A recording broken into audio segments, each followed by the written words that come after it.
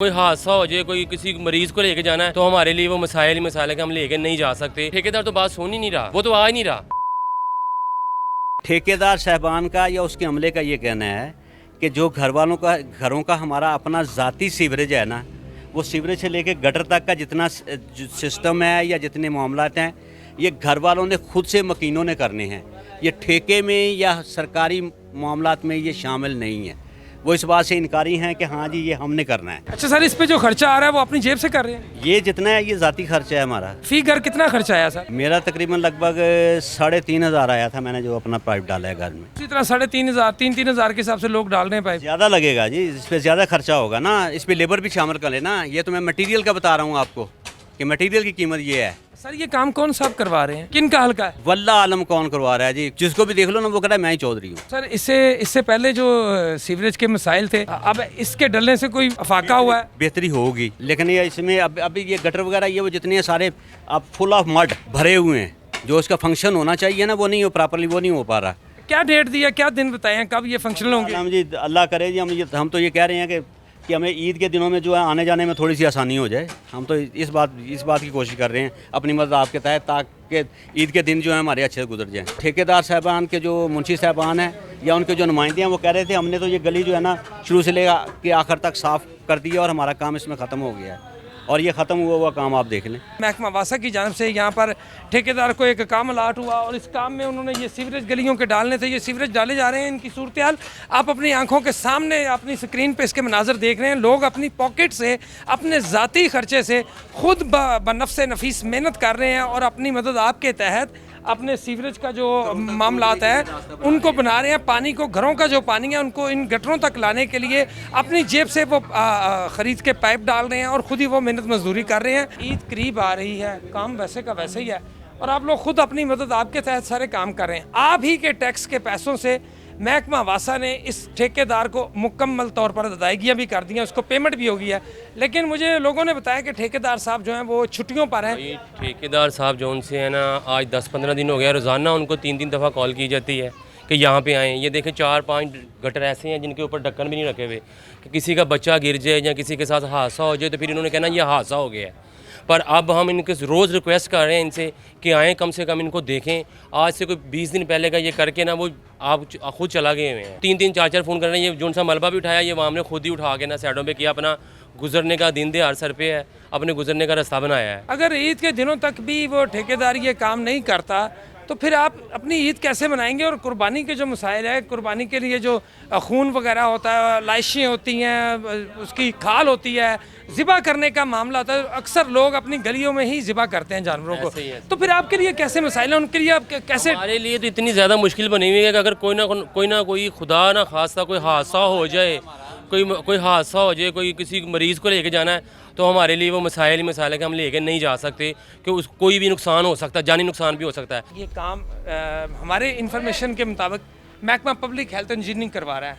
वासा की जानब से क्या कहा गया? वासा की जानब से ये कहा गया है कि हम ये वासा वाले ये हम इसमें इन्वेस्ट कर रहे हैं। कल को आपको इसका जो सा ना मंथली बिल आएगा सीवरेज का भी, जो वासा देगी, जो आपको पे करना पड़े करेगा, वो आप फ्री घर को 600 लगाते हैं 800 लगाते हैं, वो हमें पे करना पड़े करेगा।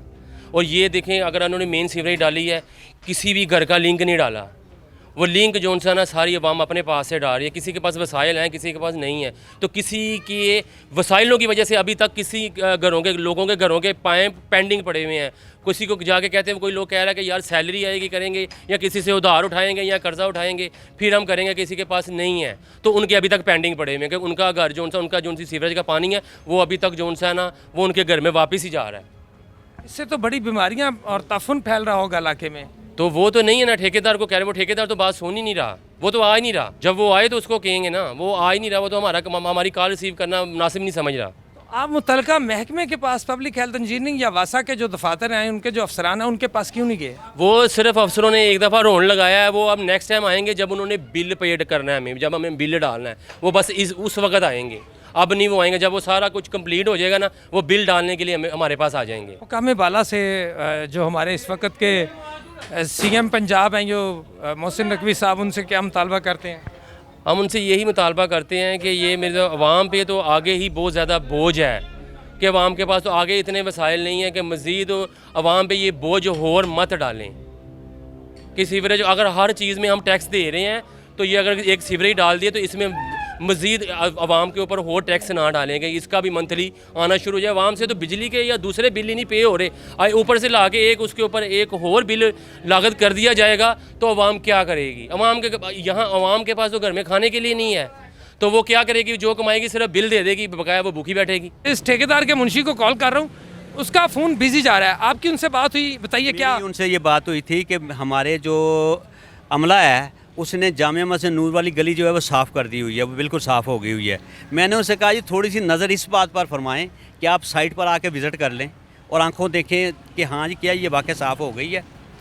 तो जब वो वहाँ पर आए हैं मौजूद यहाँ पर ख़ुद, तो फिर वो सारे वो कचरे के ढेर और मलबे के ढेर वैसे के वैसे पड़े हुए हैं और गटर हमारे जो हैं खाली पड़े हुए हैं, उनके ऊपर ढक्कन वगैरह भी नहीं है। इस सिलसिले में मैंने उनसे अर्ज़ की थी, ये आज शाम तक हो जाएगा जी, लेकिन अब शाम जो है अब 6 बजने वाले हो रहे हैं, आप देख लें कि क्या मामलात हैं। इस सिलसिले में आप उनसे कांटेक्ट लेके उनसे रब्ता करें उनसे। मेरा तो सर फ़ोन ही नहीं उठा रहे। मेरा उन्होंने फ़ोन उठाया था और यहाँ पर वो ख़ुद आए थे और मेरी उनसे ज़ाती तौर पर बात हुई थी और उन्होंने सारा ये सब कुछ देखा था। ये हो जाएगा जी, आज हो जाएगा जी। जी नाजरीन, जैसा कि मैं आपको बता रहा हूँ कि मैं इस वक्त गड़ी शो बाजा लाइन के पास खड़ा हूँ, मस्जिद नूर के साथ वाली ये गली है। यहाँ पर जो मुतासरीन इलाका है उनसे मेरी बात हुई है। उनका ये कहना है कि वो गुज़िश्ता 5-6 रोज़ से इस ठेकेदार के जो मुंशी साहब हैं उनको फ़ोन कर रहे हैं, लेकिन ठेकेदार का मुंशी फ़ोन नहीं उठा रहा। जब हमने 2-3 दफ़ा कॉल किया है, वो कह रहा है मैं कल आऊँगा या परसों आऊँगा। उसके बाद जब हम इधर से भी कोई अननोन नंबर की कॉल जाती है, उसने वो नंबर बिजी पे लगाया या वो रिसीव ही नहीं करता, हमारी कॉल रिसीव ही नहीं कर रहा वो, कि वो जब वो कॉल रिसीव, तो इसलिए उसका रीज़न यही है कि उसको फिर कोई वो एक दफ़ा झूठ बोलता है आदमी, 2 दफ़ा बोलता है, तीसरी दफ़ा वो झूठ तो नहीं ना, अपने झूठ बोलने का रीज़न की वजह से वो कॉल रिसीव ही नहीं कर रहा है कि झूठियाँ तसल्लियाँ वो मज़ीद अब हमें वो झूठी तसल्ली भी नहीं दे रहा कि हम आएँगे। ये चौधरी शहबाज साहब आए थे, उन्होंने उस दिन उनके साथ ठेकेदार को हमारे सामने बैठ के ये उनके साथ ये फ़िक्स किया था कि ये ईद से पहले आपको ये कंप्लीट मिलेगा, और ये ठेकेदार ने भी उनके साथ डन किया था कि हम ईद से पहले आपको पीसीजी ये गली की टोटली हम कंप्लीट देंगे। अब आपको नज़र आ रहा है कि ये 2 या 3 दिन रह गए हैं, तो यहाँ पे वैसे के वैसे ही मामलात पड़े हुए हैं कि ज़रा सा भी कोई काम नहीं हो रहा। आज से कोई 10-15 दिन के ये ठेकेदार यहाँ से गायब हुए हुए हैं। जी नाज़रीन, इलाका मकीनों का ये कहना है कि ठेकेदार गुज़िश्ता 10-15 दिन से यहाँ से गायब है। इसके अलावा लोगों से मेरी बात हुई, लोगों ने भी ये बताया कि ठेकेदार जो है वो छुट्टी पे चला गया, अपने गांव चला गया और वो काम नहीं कर रहा है। इसी ठेकेदार ने जो मुतलका इनके पॉलिटिशियन हैं चौधरी शहबाज साहब, उनसे ये प्रॉमिस किया था कि वो ये काम ईद आने से पहले ईद शुरू होने से पहले वो ये काम मुकम्मल कर देगा। ईद आने में अब बिल्कुल चंद रोज़ ही रह गए हैं, बिल्कुल सर पे ईद है, लेकिन अभी तक इन गलियों की जो हालत है वो आपकी आंखों के सामने है। खस्ता हाल है, टूट फूट का शिकार हैं, लोगों का सीवरेज का पानी उनके घरों में जा रहा है, जिसकी वजह से इलाके में ताफुन फैल रहा है। मासूम छोटे छोटे बच्चे बुज़ुर्ग वो इससे मुतासिर हो रहे हैं और ये ख़दशा अब सर उठा चुका है कि ये लोग इस ताफुन की वजह से, इस गंदगी और गलाजत की वजह से मुतअद्दिद किस्म की ख़तरनाक बीमारियों का शिकार भी हो सकते हैं।